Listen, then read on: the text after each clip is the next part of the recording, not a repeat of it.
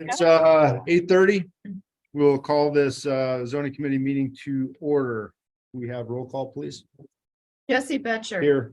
Ron Buckholz, Present. Tweed Schuman, Yes, ma'am. Stacy Hessel. Here. Michael Maestri, Here. John Righeimer. Here. Thank you. Please rise for the pledge of allegiance. Gentlemen, please remove your hats. I pledge allegiance to the flag of the United States of America and to the republic for which it stands, one nation, under God, indivisible, with liberty and justice for all. Statement of committee and hearing procedure. The full statement of committee hearing procedure document, including directions for individuals wishing to speak at a public hearing to be conducted at this zoning committee meeting, are available at the front of the room next to the agenda for today's meeting. The statement of committee and hearing procedure document is hereby incorporated into the record for this committee hearing. Any public hearing conducted at today's committee meeting has been published as a Class 2 notice in accordance with Chapter 985 of Wisconsin statutes in the Sawyer County Record and the Sawyer County Gazette and posted. Would entertain a motion for the minutes from February, approval of those.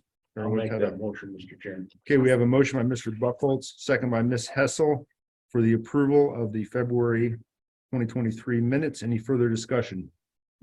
All those in favor signify by saying aye. Aye. Any opposed? Okay, public comment. We do have some public comments. Keep in mind that this is general public comments. If you have comments relating to a specific application on the agenda before this committee, then you can speak during that public hearing time, just prior to the application being considered. And you will have up to 3 minutes to speak. Keep comments respectful, and we are not going to be answering any questions if you pose questions to the committee. So first one.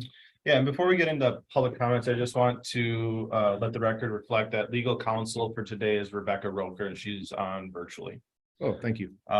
First, for public comments, we have Douglas Kurzweil. Please say your name and address, and you'll have 3 minutes. Douglas Kurzweil, 11055W Arrow Road, Hayward, Wisconsin. As I'm sure we all know, April 4th is election day.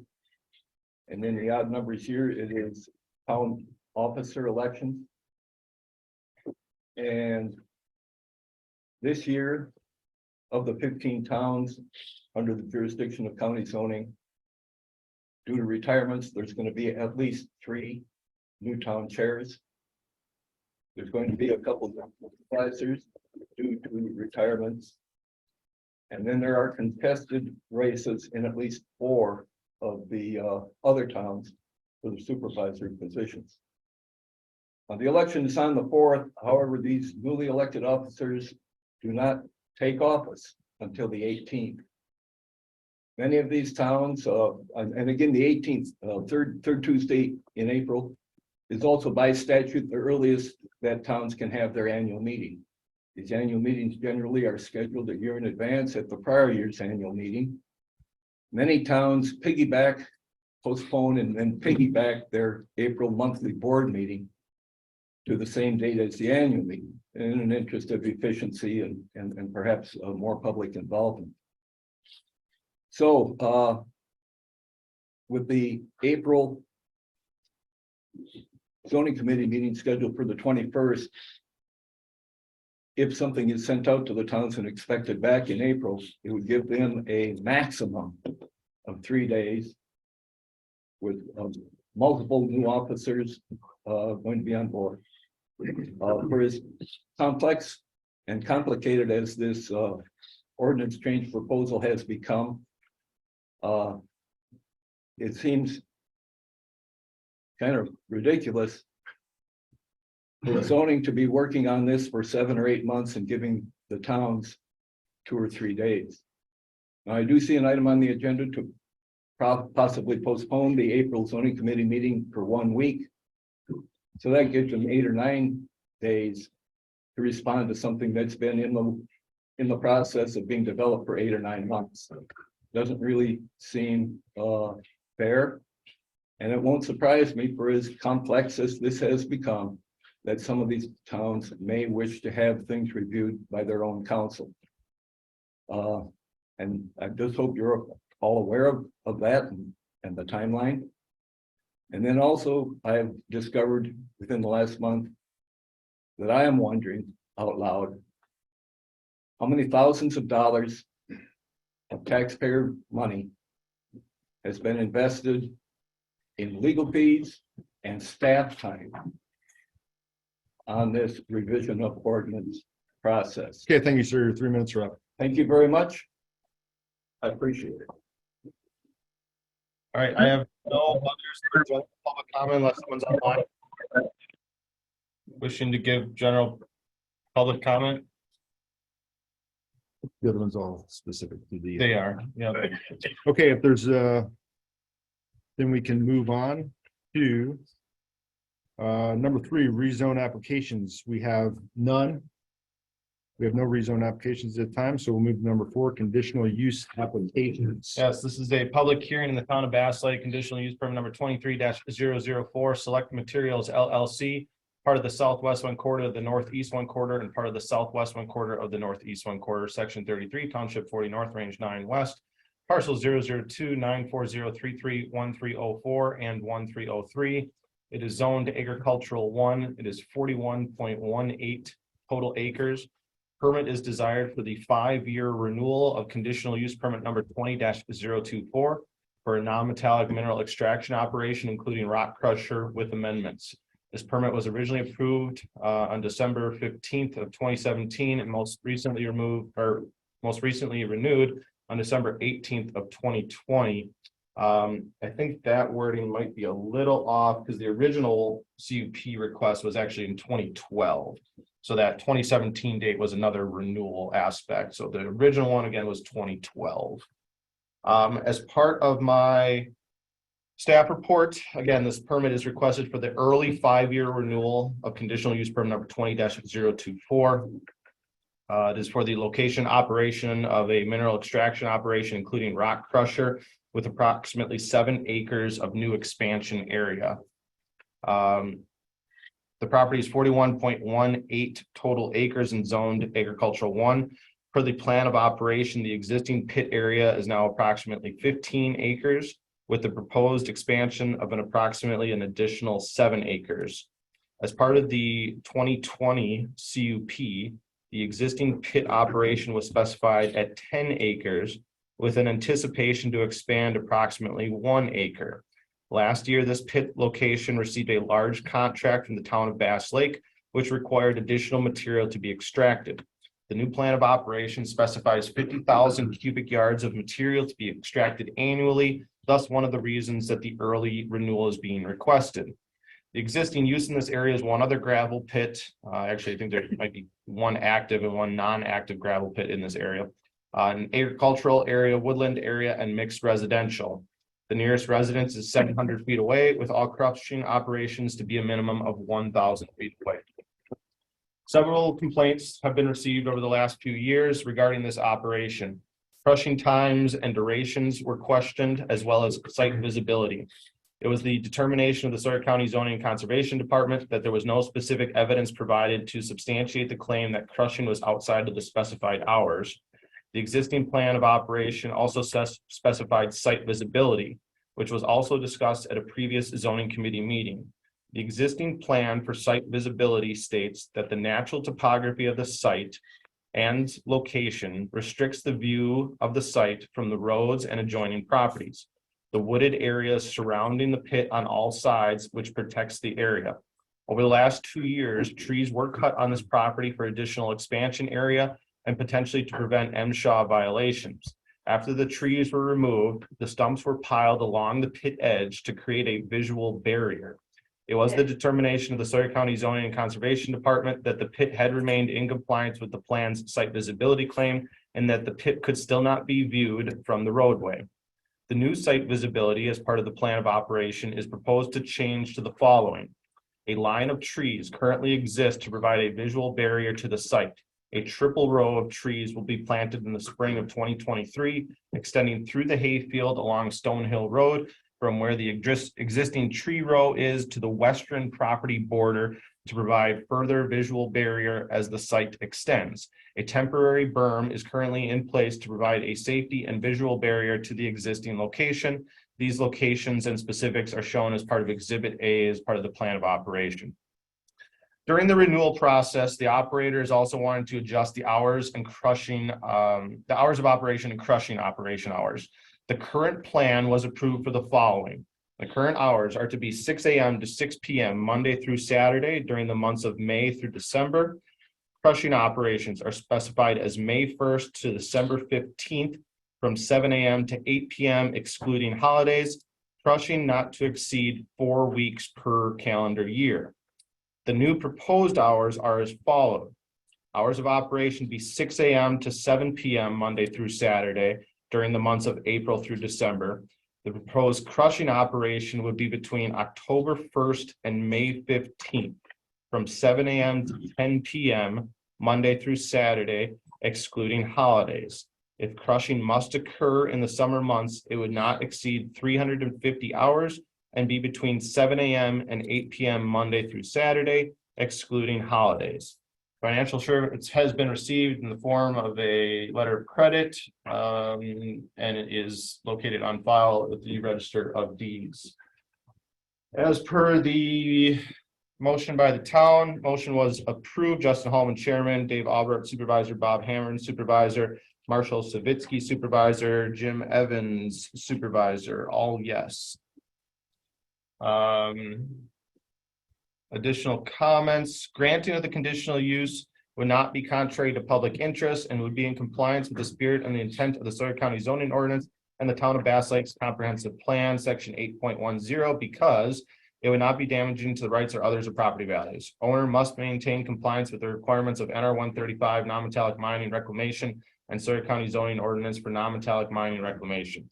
It would not create an air quality, water supply, or pollution problem. It would not create traffic or highway access problems. Approval with the same conditions as the prior approval, minus any mention of the town involvement or responsibility in reclamation. Signed, Tammy Brown, Town Clerk. There were several comment letters that our office received. Did the committee members have a chance to review those? Yes. Yes. Well, how many were there total? 4? 3. 3. Okay, then yes. One was, there was 2 of them that was. sent Outside to you the- too, But yep. it's just actually 3 people. Yes. 3 is the 300 foot. Committee acknowledges they had a chance to review those comments, therefore they are incorporated into the record. That is all, Mr. Chairman. Okay, this time I'll entertain a motion to go into public hearing. So moved. I have a motion by Mr. Schuman, second by Mr. Buckholz. Yes. Any further discussion? All those in favor signify by saying aye. Aye. Any opposed? No. Okay, we are in public hearing. Is there a representative from Select Materials LLC wishing to speak? Go ahead, sir. If you have anything to add, step up to the podium. And also note the applicant is not bound to the 3-minute time limit as other public speakers are. Go ahead, sir. All right, Daryl Mast, owner of Select Materials. First of all, I want to state the hours of crushing J previous were 7 to 10.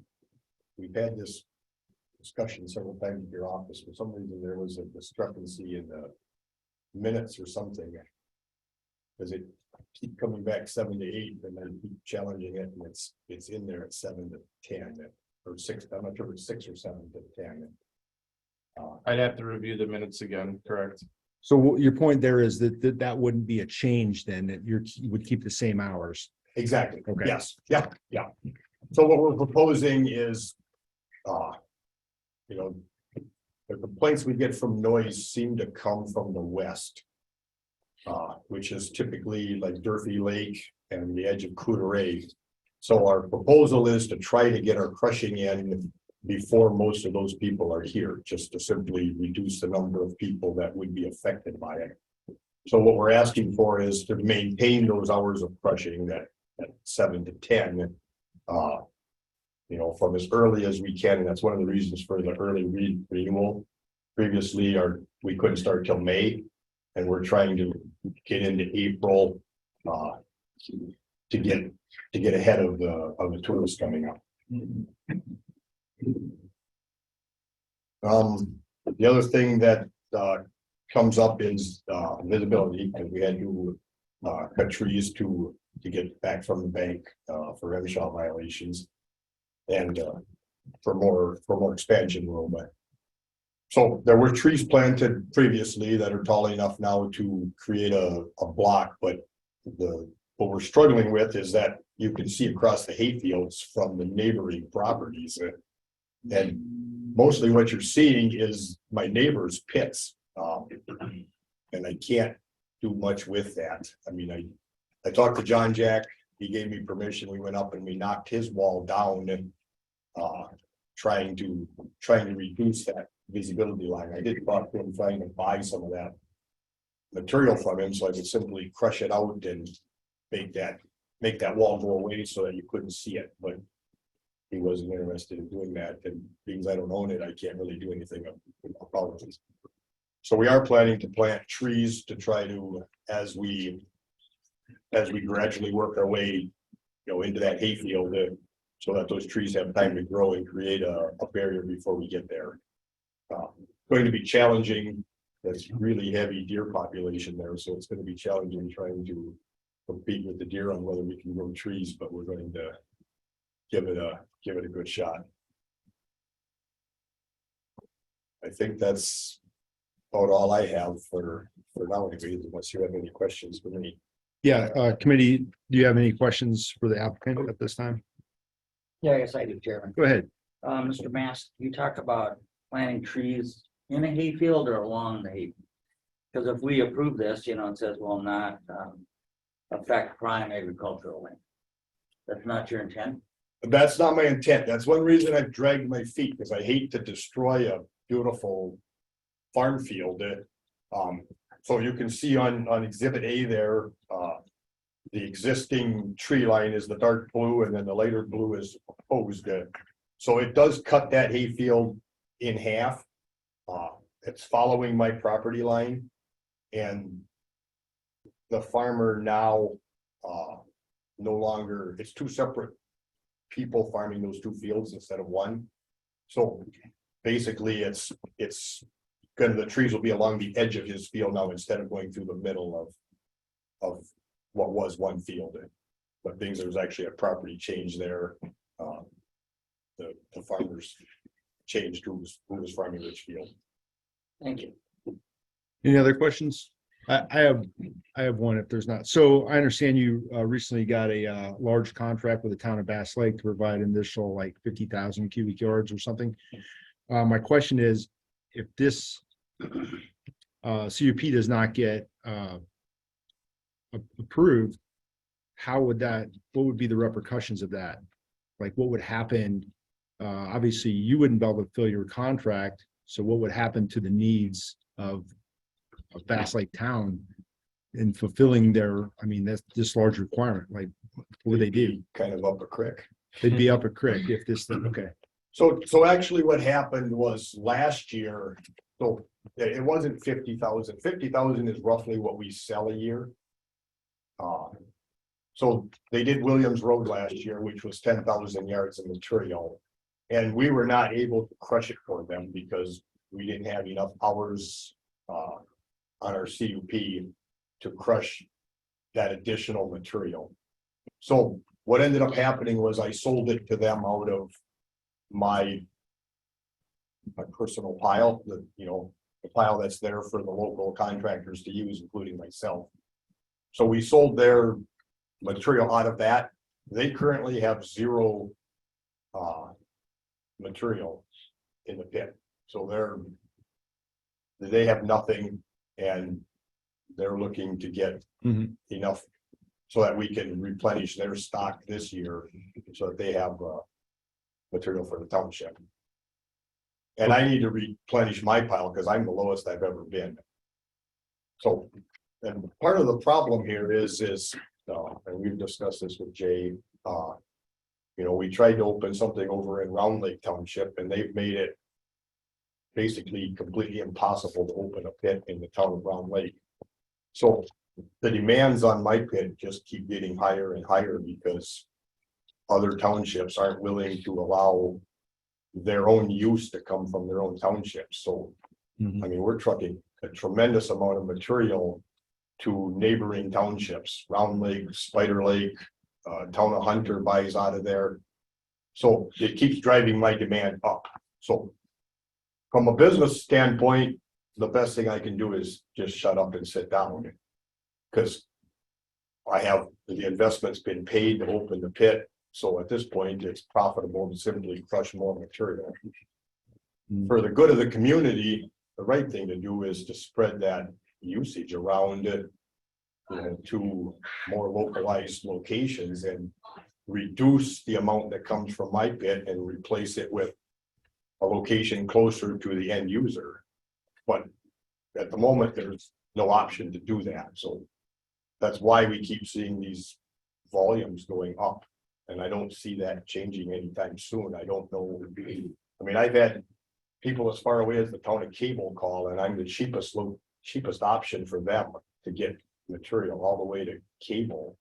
And I think they may have opened one on their own land. That's what they were price checking, but it's amazing how far away we're going with this material because we can't get locations closer to the end user. All right, thank you, Mr. Mass. That's actually some really good information. Hopefully some of the other towns are listening in on this. Okay, if there's no other question for. I don't want to go in front of anybody else. Good. Jay, does the 7-acre expansion, is that included in this cup? It is, yep. And So- Mr. Mash, where is that 7-acre expansion? Well, I actually hadn't discussed an acreage volume, Oh, but it would be the brown line there. The white line on exhibit A is the current pit size okay. or current pit boundary. So it would push through where that woods was, up toward that berm that's there now. And that berm doesn't really create much visual barrier because it's too far away. You know, to really make a block. What it does is create, you got a flat field there going up to a hole. So, you know, that's been blocked. There's only one small spot right at the back property line and one right by my scale are the only two places that you can get through. I mean, even walking, it's the only places you could get through, and that's just to create a safety so that no one for sure can enter that site and fall off that edge. Also, a berm along the road, you know, any place a berm, that's where we're trying to trees, because like I said, the visual problem is my neighbor's banks. So trying to get a berm to block basically a hill in the distance is, you know, you'd have to build such a humongous berm along the road to try to get that line of sight because you're trying to block something that's high and in the distance. So that's an interesting point. I don't know if we can discuss that later, but for visual barrier, I took that to mean it's a visual barrier of the pit, of the hole itself.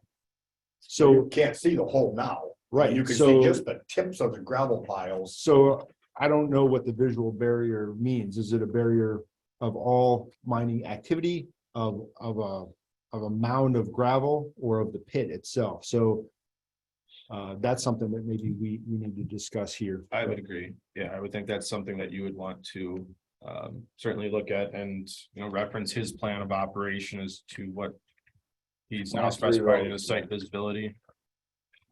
Right. Again, Currently, you can can't add see to any those. activity, you know. any Right, so vehicles, anything that's in the just pit for is our blocked. discussion. And, you know, it's something we need to make note of because that is an issue is, you know, the visual, you know, aesthetics of it. So what's the visual barrier? If it's a berm or a row of stumps or whatever that's blocking the view of a hole in the ground, then that's accomplished. But if it's, you know, a visual barrier for a large mound of dirt, then that's a different, you know. Right, and I requirement. think that is something you'd probably want Yeah. to have included in kind of conditions for motions.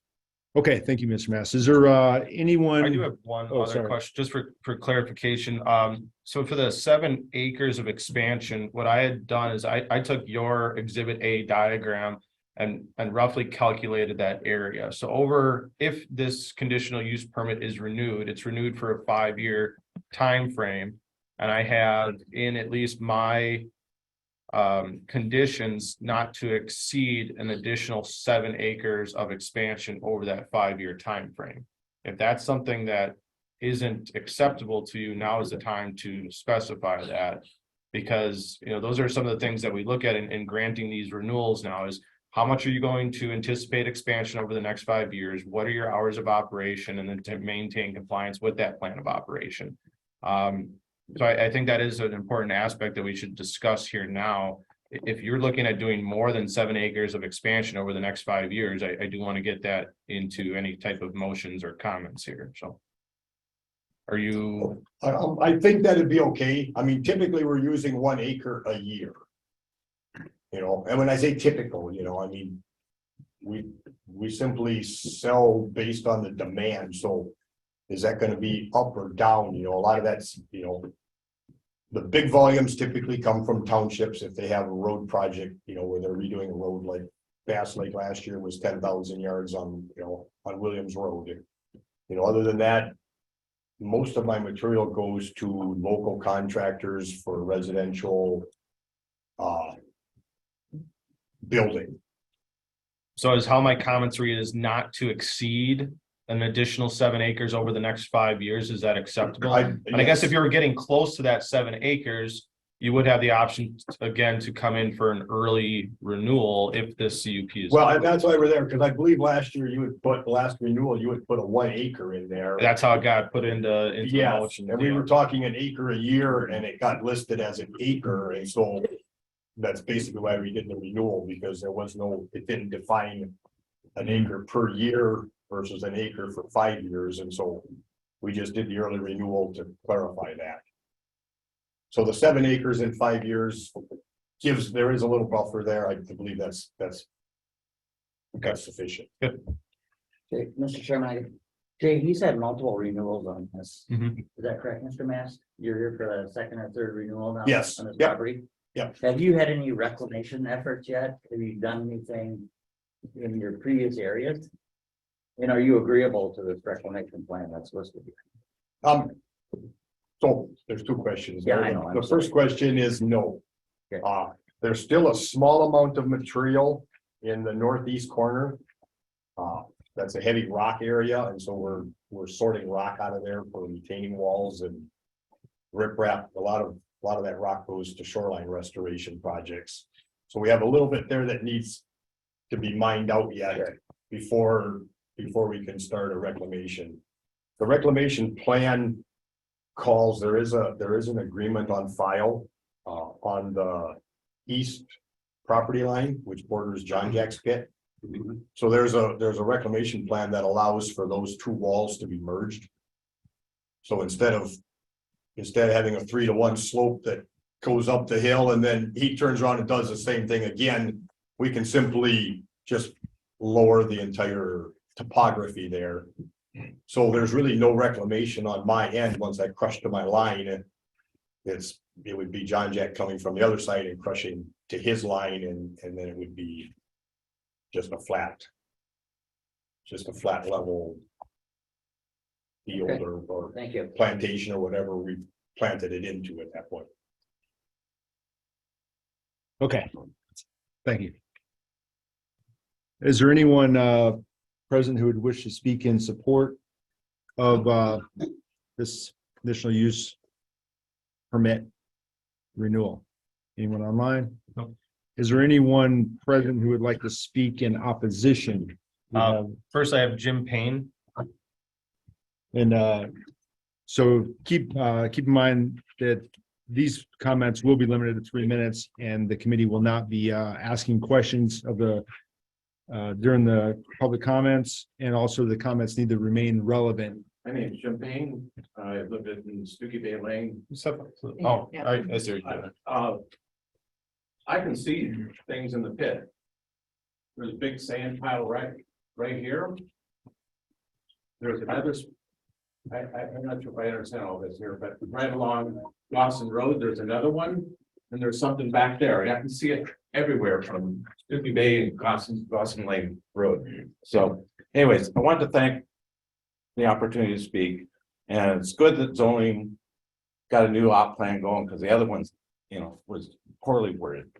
The current issues with Westwood Pit, we haven't heard about it, it's the rock crushing and the ugliness.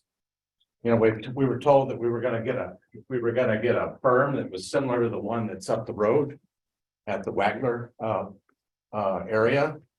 And what we got was a bunch of dead trees, even though it's supposed to be a natural barrier according to the old current op plan.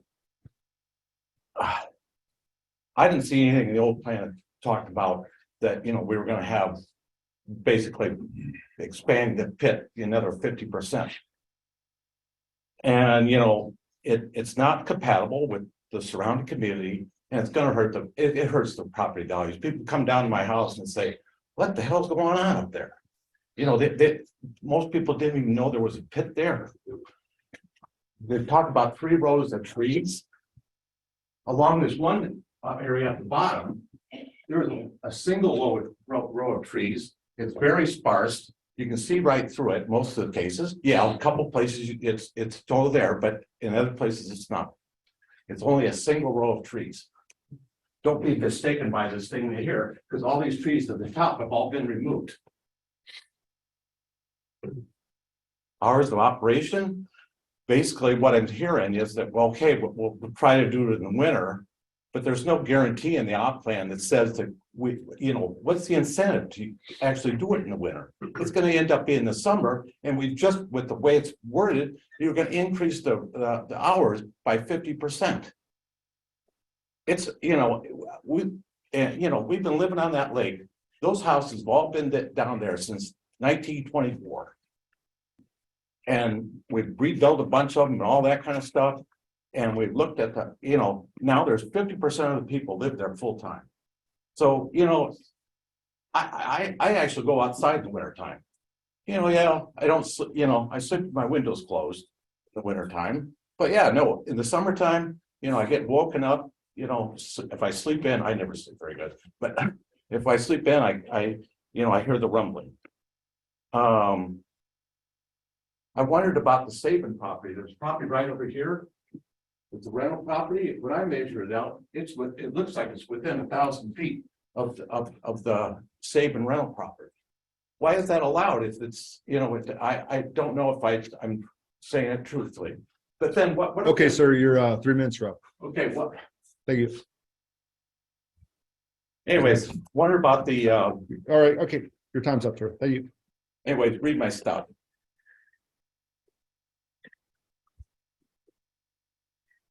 Next, I have Shelley Payne.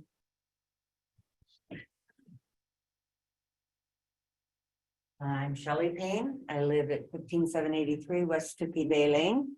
We are east of the pit, and the mention was made that people only are complaining on the west side of the pit, which is not true. We all hear the crushing now when they're crushing. So, especially since they cut down the trees. Okay, so as you know, these properties that are on Tukey Bay Lane and Stone Hill Road and Gosson Road have been improved in the past few years, quite a bit. You should know this because you're issuing these building permits, okay? So people are rebuilding or greatly improving their property. Not only does this give us a good impact on our economy immediately during the construction, but you also have increased property taxes. You have people who live here now year round and are spending money in the local economy. So we're supporting Hayward. And we plan to be here. People don't rebuild their houses and spend $500,000. So if you got 6 houses that have been rebuilt, that's $3 million that they put into the economy just to rebuild. So they don't spend that money and then it's no longer just a summer cabin. People intend to spend time here. So I guess what I'm trying to say is we are here to stay. We're long-term. We will be here after the pit runs out of stones, after the hole is empty. We will still be here. And So we care and it does impact us. And when they cut the trees down, not only is it uglier, but everybody can hear the operations. East side and west side. So, I just wanted to differ on that. Oh, the other thing I do say, I do appreciate that there's mention of reclamation in there. But at some point, the pit's gonna close, and is 20,000 enough to change that ugliness to something that is more naturally beautiful? I don't know. I don't know what that is. And my final point is, we aren't getting any written notices when this issue comes up. Every property owner on Stonehill Road, Gosen Road, and Stuckey Bay Lane have to drive by that pit to get to their property. And since they cut the trees, we all hear the noise of the operation. And we're here, we're gonna be here. So, this is not gonna go away, and I don't see an end game to the plan here. You're just gonna keep expanding? I mean, when does it end? I guess I'm curious about the long-term plan, and I think we should be notified instead of just the 300 feet thing, because we are all affected. We should be notified when there's any future hearings. That's it. Thank you, ma'am. Not for sheets that we. Is there anyone else wishing to speak in opposition? I have attorney assurance slip here if I can submit that. Sure, you can step to the mic and state your name. I'll take this for record. Thank you. My name is Jim Hogg and I live on Gosen Road, the same town road that the pit entrance is on. And my concerns are primarily sound related with the crusher and especially the hours of operation. I applaud the concept of removing the hours of operation to the wintertime when people have windows closed and not quite as many residents in their homes or properties. There still are approximately, there's at least 15 properties that people use through the course of the year, and half of those are occupied in the wintertime. But my objection, I guess, is the open-ended nature of the 350 hours that are referenced in the application. As far as saying, well, we can run the crusher through the summertime at any point that we want, and as long as we don't exceed the 350 hours. Well, that's, given the operation, the hours of operation that are projected or applied for, that's another 4 or 5 weeks or so when the sound and disruption of that crusher is impacting my life and everybody else's that lives in the Stuckey Bay area. And I think that, again, the idea of moving the operation to the wintertime is good, but if it's that good and we want to say that that's approved and acceptable to the rest of us, then why are we leaving that opening in there for the summertime operation? That's the part that I'd like to see, especially given that it runs that late into the evening. I just don't understand why the justification for all this is the idea that we have a big contract with the township. So therefore, we need to come back and change our rules. Again, you touched on that point there, Chairman. Why did you apply or solicit that contract if the current rules of operation wouldn't allow you to fulfill it? So you come in after the fact and want to change your rules, and the rest of us are impacted by that. I don't think it should work that way. Thank you. Thank you. Anyone else in the room wishing to speak in opposition to the CUP request or renewal? Anyone online? Seeing no one online with their hand raised wishing to speak. Okay, Mr. Mass, I saw your hand up. Did you have an additional comment? Yes. Step up to the mic then, so people online can hear, please. Yeah, I wanted to clarify, I'm in error when I said to the west, I meant to the east is where typically people hear. Okay. Thank you. Wagler, I'm friends with Jesse Wagler there, and several years he's asked me when we're gonna start crushing. And he's normally about 2 weeks late when he asks the question, so, he's pretty close there and he hasn't been able to tell when we start, so I know we're not getting noise going to the west. So I just wanted to clarify that. Okay, since you're back up here, I have 2 more questions. One, Yes. is there any issue because of temperature or weather or anything like that, any reason why you can't crush in the winter months? Yes, it's extremely temperamental.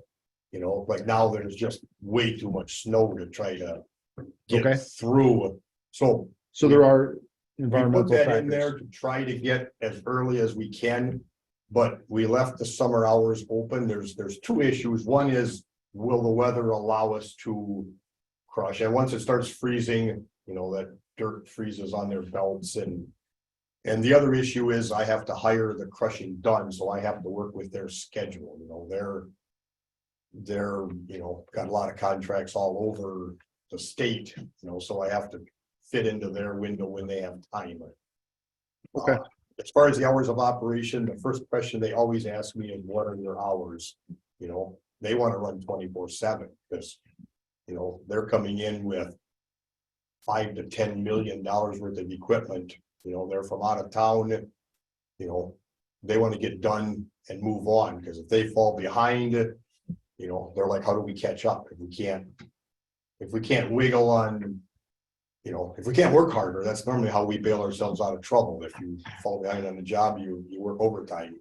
If they're not allowed to do that, you know, that's always a concern on their end.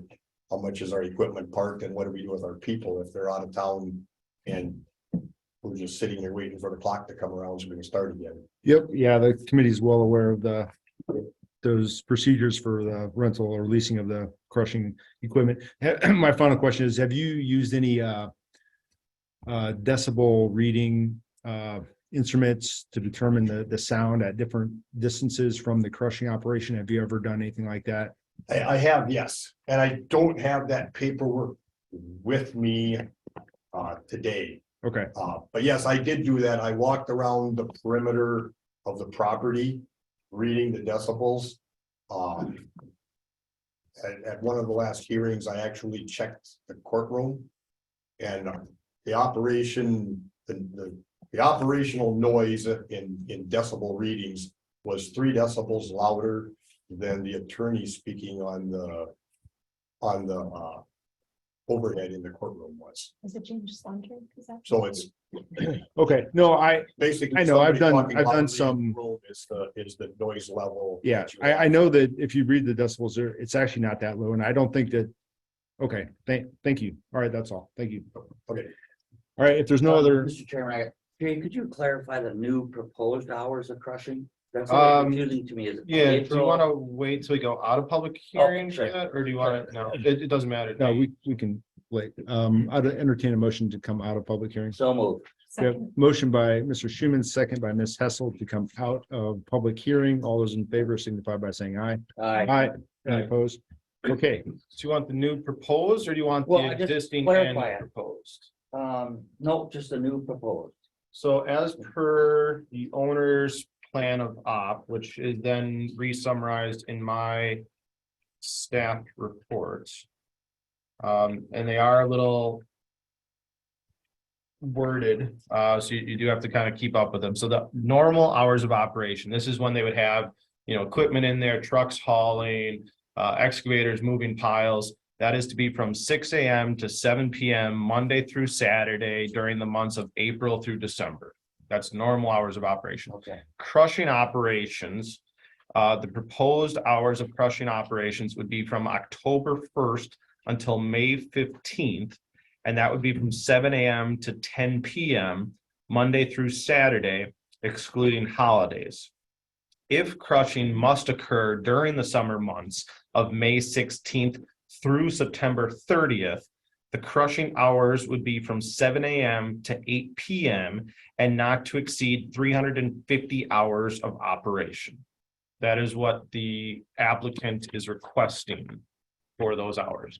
Now, again, those hours could be amended or conditioned upon approval for this CUP removal. We did hear some individuals talk about, you know, why are we allowing the 350 hours in the summer months? The current hours of operation, as was specified, would basically be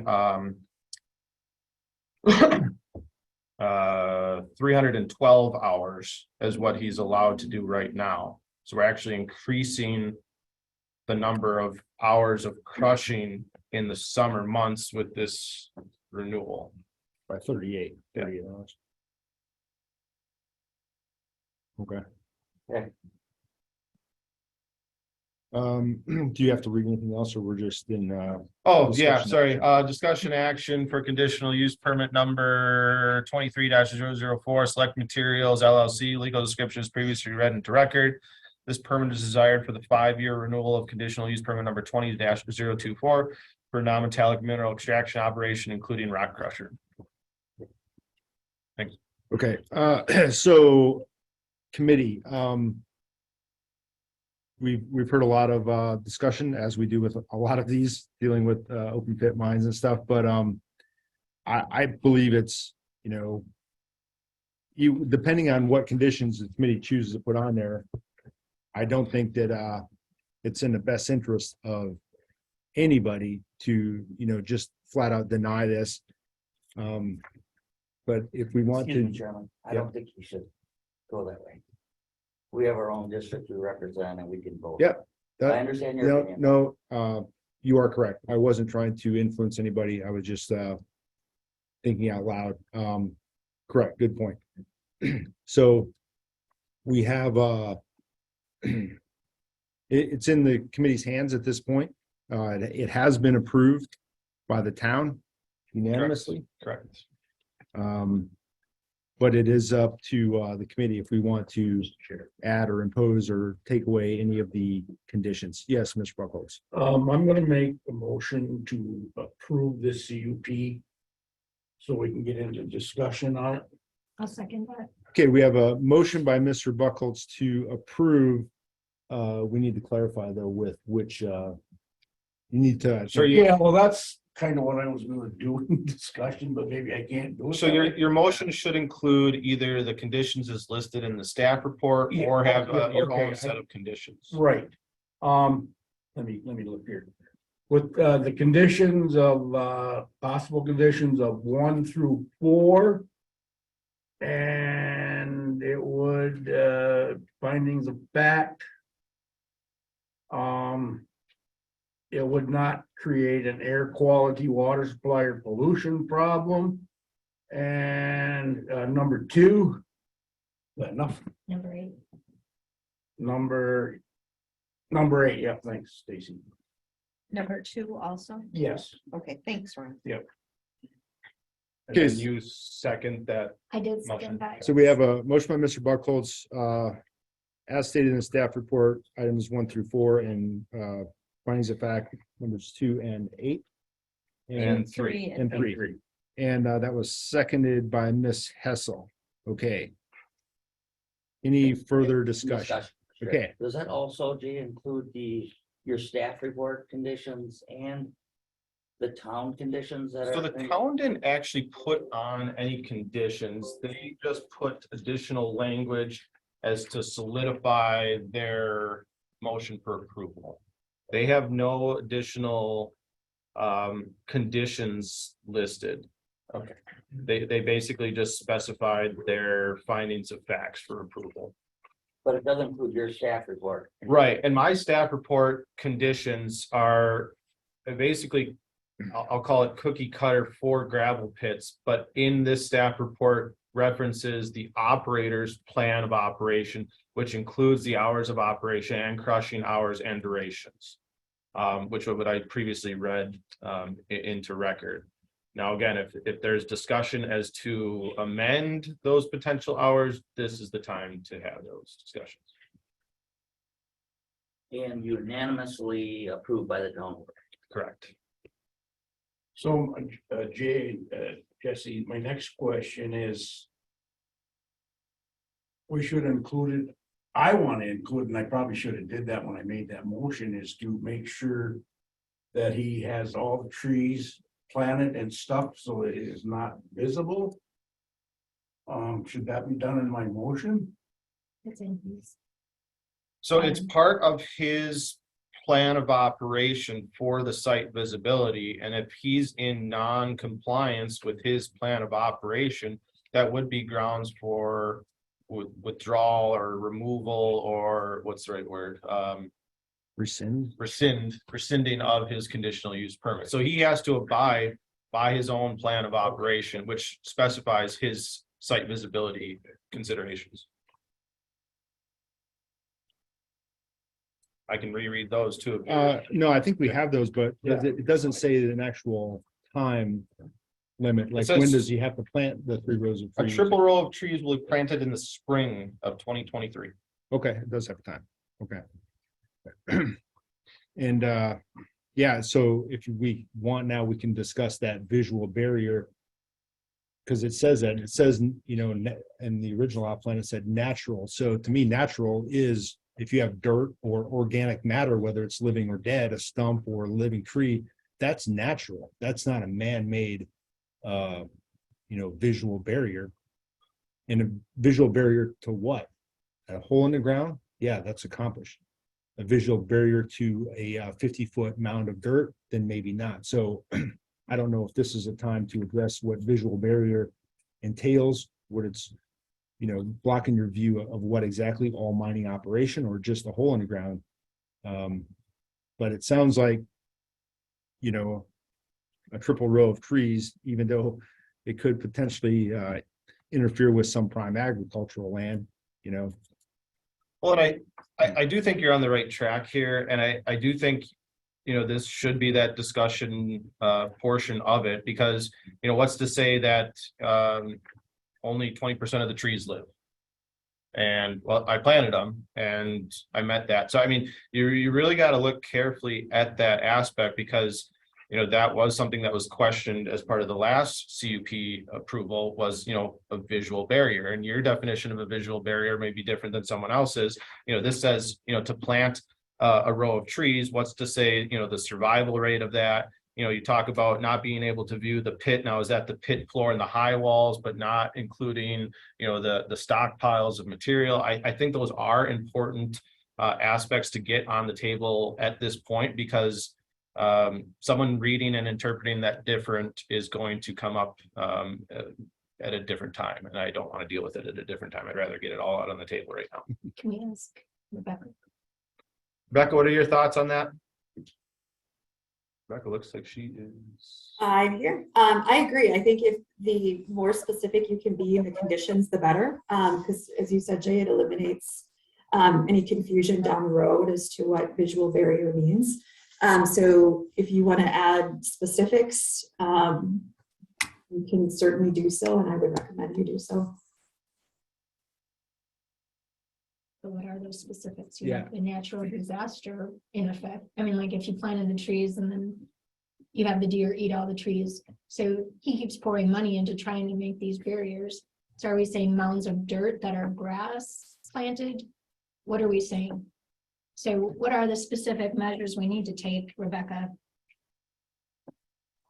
So essentially, is your question, how specific do you need to be in the condition for, or in the description of a natural barrier? Well, we could say he has to plant trees, but if the deer eat them, then we're saying he has to keep replanting the trees. You could say that now we're into a more of a policy discussion in terms of how much the county wants to ensure that there's ongoing trees there. So you could get that specific. I think that would be horrible. Yeah, because I mean, then we're going to get into the actual species of tree and growth rates and stuff like that. And I think just an attempt has to be made. Like there has to be an attempt made, but we can't. Like, do we do this for everybody, every business owner? Do we require this? Or no, is it just the, no, I mean, this is specific, To this, the mines. for this conditional use permit, and they're all different. They're all a little similar, but they're all a little bit different. So right now it says he needs to plant 3 rows of trees by, June 21st. Whatever. And Or whenever then in spring. And that's what it says. So I don't think it specifies the spacing of the trees, the species of tree, their survivability rate, whether deer are gonna eat these trees. I don't know if we need to get that specific. I I want to get that specific, but it's up to the committee. If you want to add things into your conditions into the motion. Yes, Mr. Buckles. Mr. Chairman, I don't think we need to go to that extreme. I agree with you. We don't need to. I just think it's just overpowering for him to have to do all that. And we put other conditions on, he's already gonna plant the trees. I mean, he's doing what he's supposed to do, so I would just leave it as is. Chair, can I call the vote? Are we ready to call the vote? We have a first and second. Otherwise, we're gonna just belabor it to death. I guess I just have one additional comment I'd like to make before that. If I may. Do I have to address that though? With a yes or no, or I don't know. Rebecca, I just got a I think you're the chair. and you can comment decide to whether or call not- the vote by a committee member. What are my required actions at this point? Yeah, that's a great question. I have to check your rules. I am here for learning. I mean, generally speaking, when the question is called, you do have to take a vote. But I'll just remind the committee that you had discussions regarding conditions after the original motion was made. And so if the vote is called right now, you're not going to have those additional conditions or modified conditions in the final decision. Okay, so it would just be the original conditions and that were in the motion. Correct. So whatever Mr. Buckholz's motion was and what Ms. Hessel seconded. Yeah, I'm trying to follow the rules, but I also want to be fair to the adjacent landowners and the applicant. That's ultimately what we're trying to do here. We're trying to be fair and take all our information. Question. I do. Go ahead. I don't know if we can though. I think we're required to actually take a vote on this because it was asked to call the vote. But sometimes when you call for a vote, it changes the majority. And I'd like Jay and Rebecca to look into that too. Yeah, because if there's additional discussion that's wanting to be heard by committee members, I will rescind my call for vote. How's that? thank you. Okay. I'm just trying to follow the rules. Because I was always under the assumption that once you made a second or a motion and a second, you went into discussion and you did your roll call. There's no more discussion can happen. Am I right or wrong, Rebecca? Well, after the vote. After we vote. Right. That's what I'm Yeah, saying. after you vote, you're done. And I'm just looking at the general Roberts rules. It actually takes a second and then 2/3 vote in order to cut off debate and call the question. And we didn't have a second on that call the question. So I think the most appropriate thing would be for Ms. Hessel just to officially withdraw it if you want to keep having discussion. If not, you're going to need a second and then you need 2/3 approval to cut off debate and call the question. Yeah, okay, it's all coming back to me now. So for future reference, if someone calls a vote, we need to have that second, and then that needs to be voted on by 2/3 majority, and then we would actually do a roll call vote That sounds correct. on the motion. Okay, so that's been rescinded, so we can continue with discussion, which again, I mean, I'm not trying to belabor this, but I want to be fair and get, hear all sides and get all the input from the committee members. We've heard all the input from the applicant and the landowners. I don't know if we need more discussion, but if there is, at this time, I think, I don't have any more. did you have another comment or question? I have one. If Go I ahead, may. Jay. The only thing I want to reference as part of the new plan of operation, it calls for a temporary berm. Which I don't know what that means, and maybe the applicant can speak more to that, because I just have this fear that if the trees don't survive and he's not required to replant, and a temporary berm is no longer in place, are we going to have view of the pit at that point? Because the previous one says that the natural topography and site location restricts the view from the site, from the roads and adjoining properties. And that temporary berm language as shown in the new one, it just throws a little bit of a curve to me, and I don't know what that means. Did he address that when he said that the land butts up to Mr. John Jackson, then it would be a what? That's for the reclamation aspect, and that's Okay. one of kind of the high walls that you can't really see that one. It's actually that far north wall that you can see, which isn't even his. I don't know if it's appropriate to ask him what the temporary berm is or what his plan is for additional site visibility and whether or not we get that into conditions or not. I've seen this existing plan be questioned. I can see this new plan being questioned in the future, and I'm just trying to get it on the table now to make my life easier moving forward. So the concern is with the additional, up to 7 acres, that's going to move closer to the property line where the topography doesn't block as much because of open farmland. So there's more of a chance of being seen, mining activity from outside, which is the reason for the 3 rows of trees. But now the question is if they live or die, and if they all die or get eaten, then there won't be a berm there. So it will be seen potentially from neighboring property owners. I'm fearful that there's too much ambiguity in that site visibility claim that it's going to bring up questions in the future.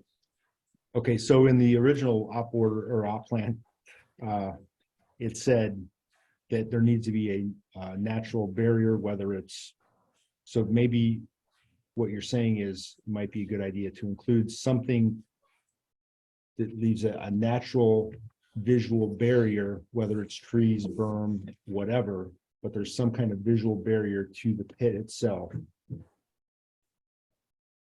That would be my recommendation as zoning. Because right now it's just the 3 rows of trees, and we've already addressed that they could die or be eaten, and then there will be nothing. Right, that's where I'm coming from, where, I mean, if we want to extend a condition as that a visual barrier remains in place.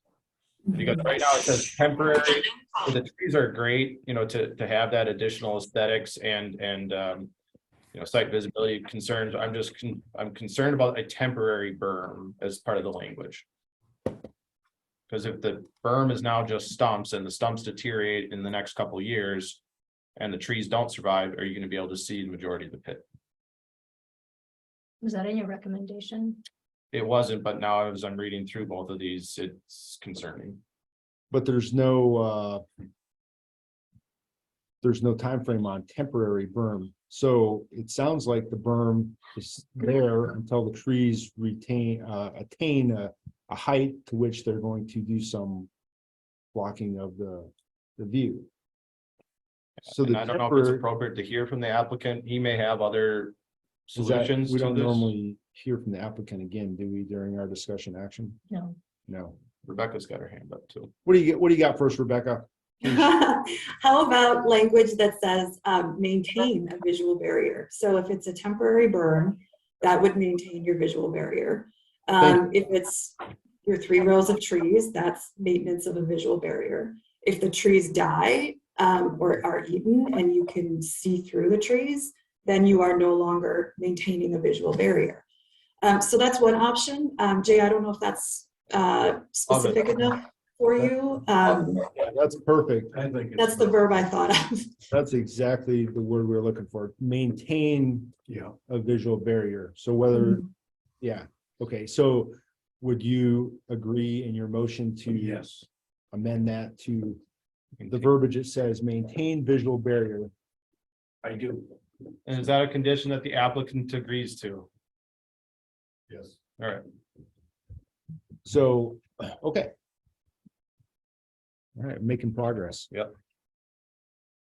Now we need a vote. Is there any further discussion? We have a motion by Mr. Buckholz, a second by Ms. Hessel for the approval. As noted in the staff report with the findings of fact as listed, 2, 3, and 8. And your second agrees with the amendment? I sure do. Thank you, Mr. Schuman, for that. We have an agreement there. Okay, we're going to need a roll call vote. Kathy, please. Stacy Hessel, Yes. Jesse Betcher. Yes. Tweet Schuman, Yes. Ron Buckles. Yes. Michael Maestri, Yes. all in favor. Okay, perfect. New business. All right, moving on. This is the ordinance amendment for multi-dwelling development and definition of a resort. I do have some handouts I'd like to give to you because it looks like on some of your application or some of your screens there, you don't have my comments that are on the side.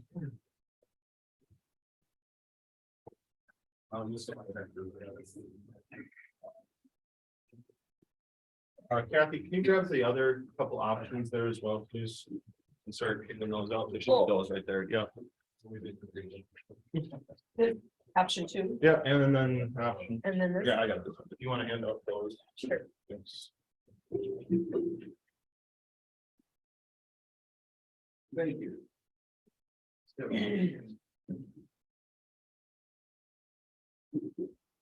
Oh, thank you. John. It's option 3. Oh, it's option 2. They're all, No, oh, there's different. there's 3 options here. So there's option 1, option 2, option 3. Oh, they're coming. Oh.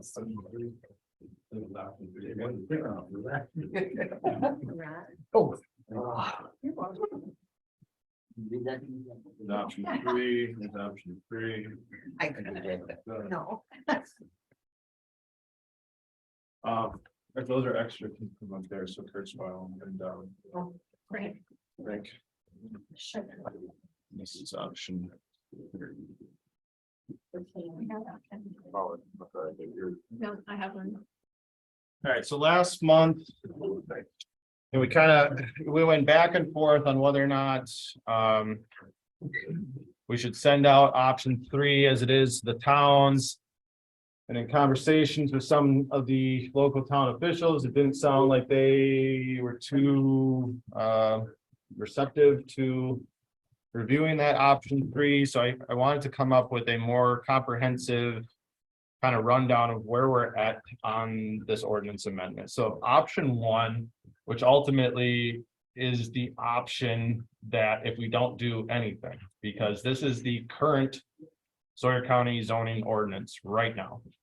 And this is an attempt as to describe to the zoning committee as well as the general public as why there are conflicts within the ordinance and why some type of amendment, which way it falls, still needs to be done.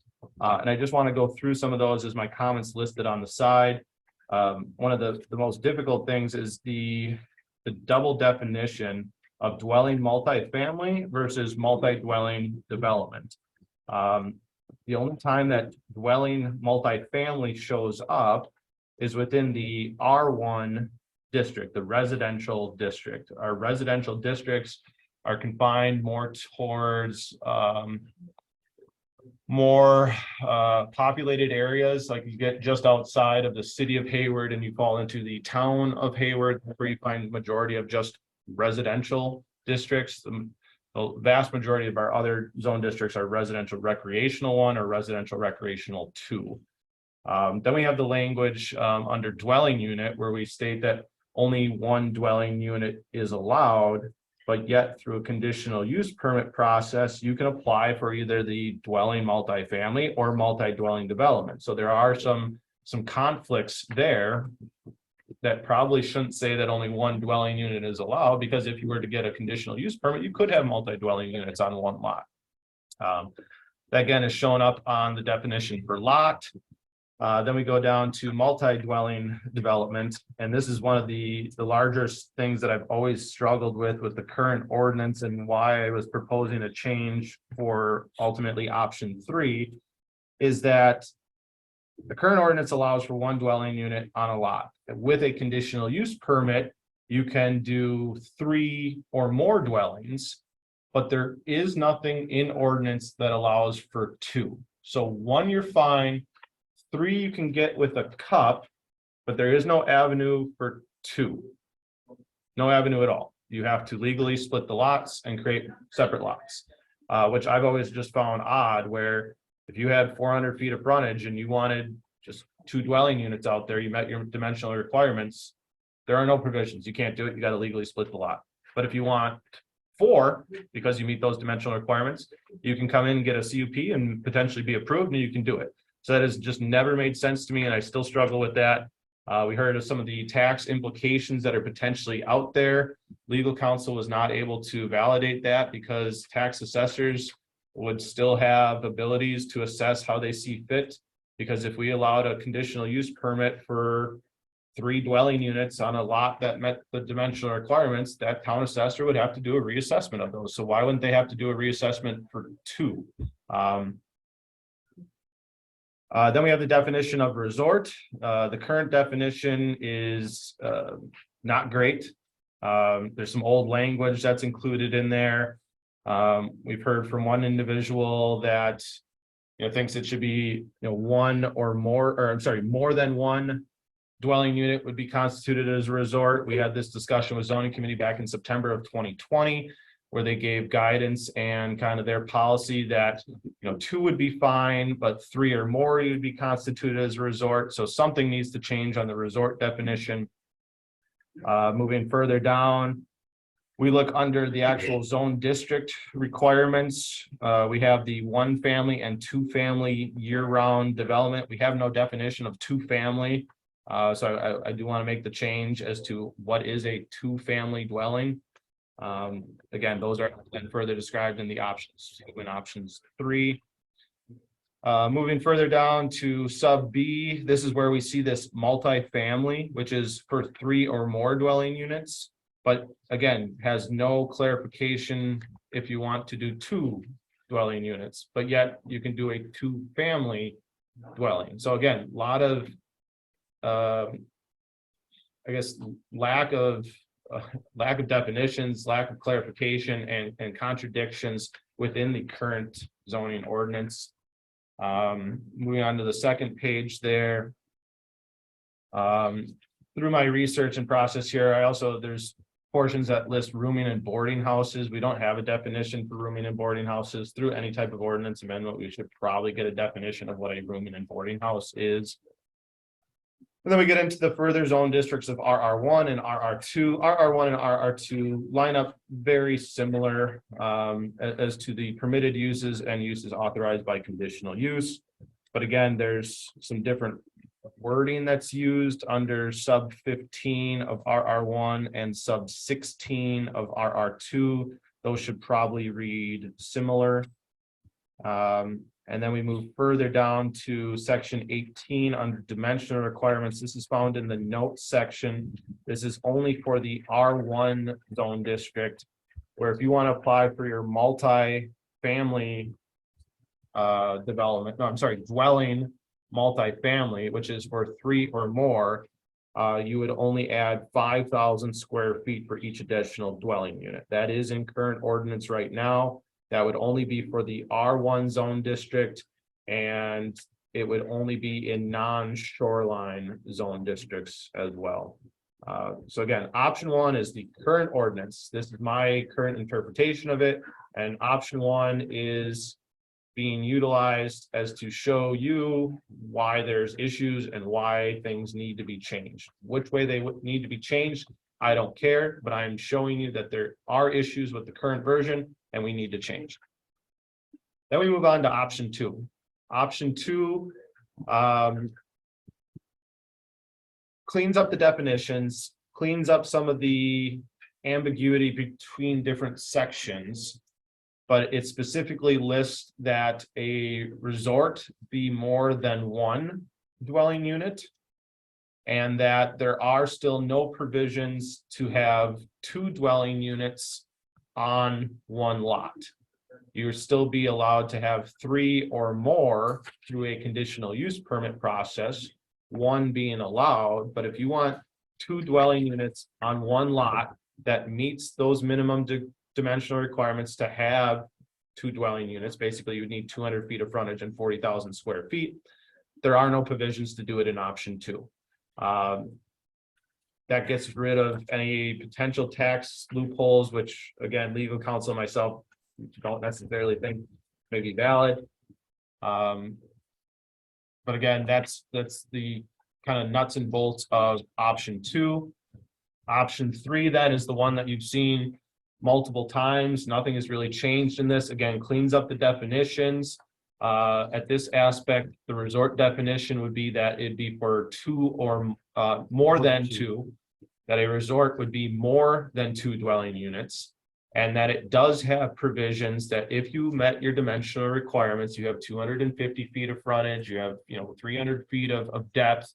That you can apply for a conditional use permit and have 2 dwelling units on that one lot. And the only reason you're able to have it is because you meet your minimum dimensional requirements. And it's not requiring you to have and hire a surveyor and legally split that lot into 2 separate lots. Those are the differences between option 2 and option 3.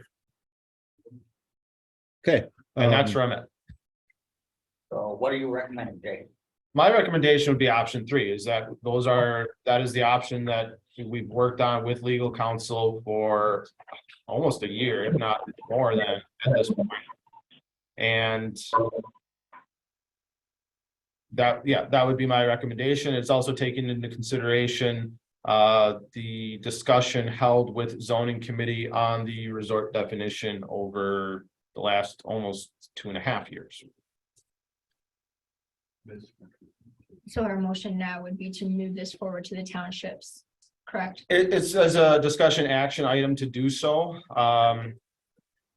Yes, if someone chooses to make a motion, it would probably be to pick option 1 through 3 and then forward to the towns for their hopefully approval of 50% or more. Does it go to Spider Lake or? It does not. Okay, so it goes to 15 towns for their approval. So did you have something to add to that? I do. I would like to make a motion to present option 3 to the townships in Sawyer County. Okay, we have a motion by Ms.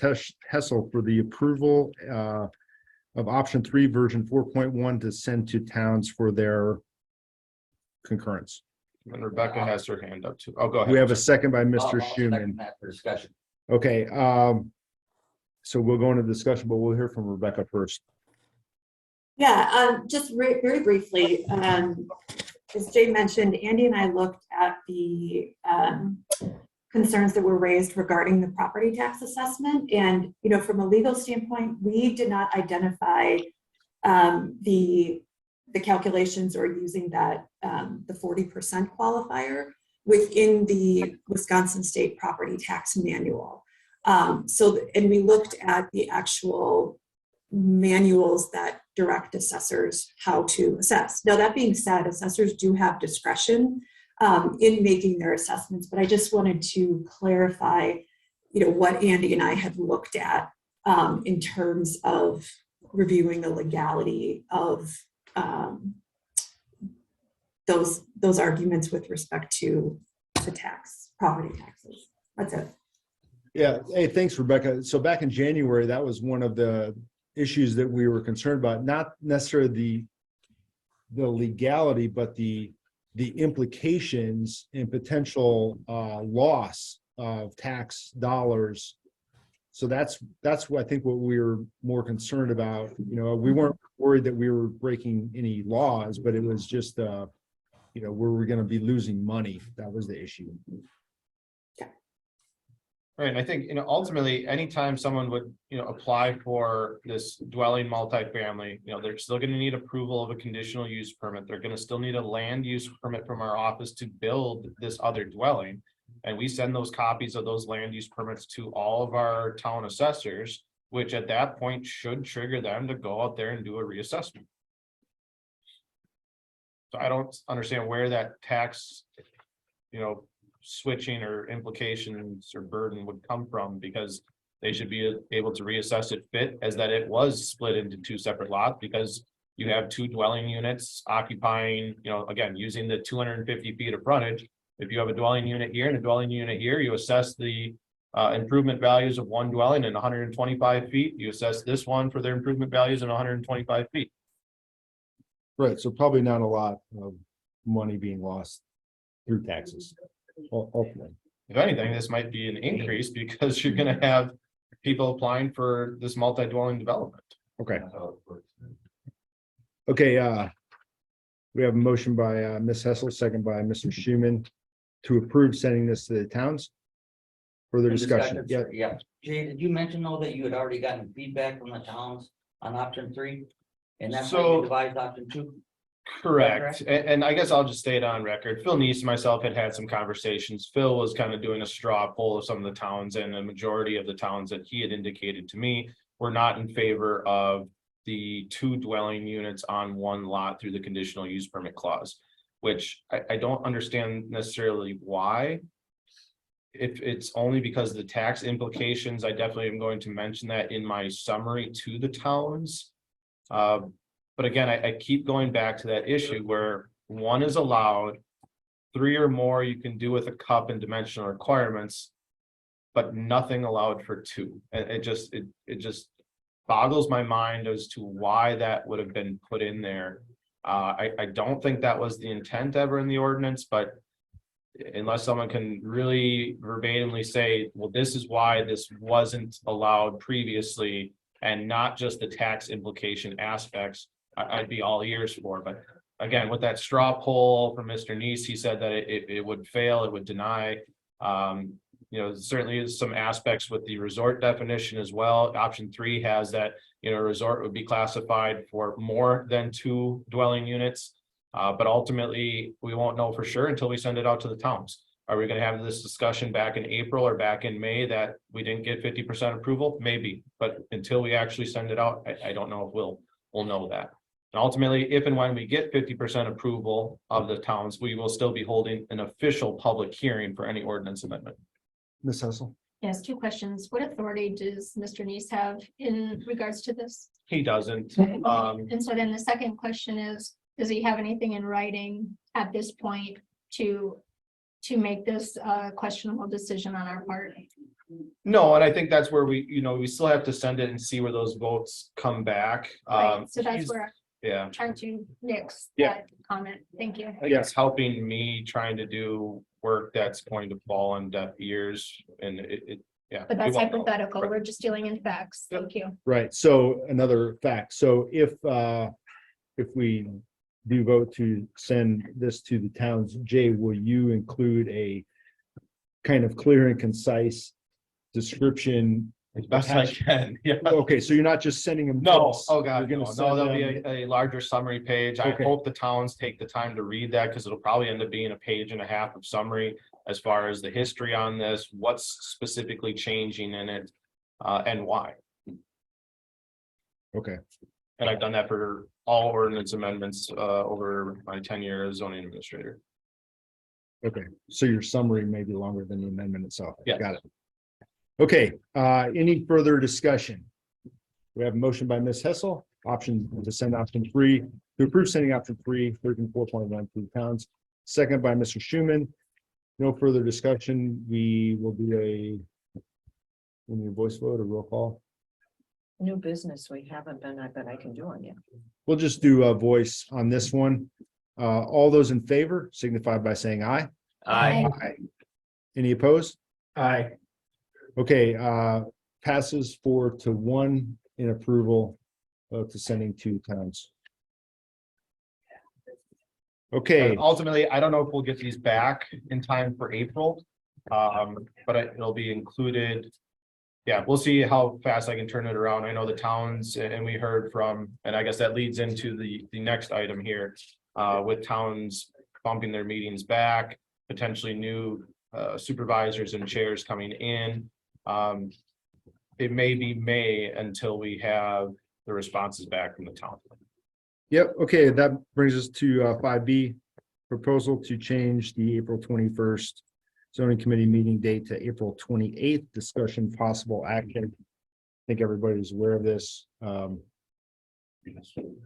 Yeah, we ran into this situation a couple of years ago too. It was just kind of a headache because the towns didn't have enough time to, hear the cases, and we ended up postponing a zoning committee. I do not want to postpone zoning committee because we have a lot of cases already set up for April, and if we postpone those, we already have several set up for May.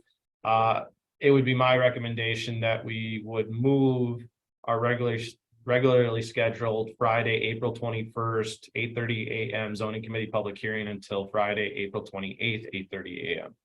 I'll make that motion. So I'll we- second. We have a motion by Mr. Buckholz to approve changing the meeting date from the 21st to the 28th of April. So we have a second by Mr. Schuman. Any further discussion?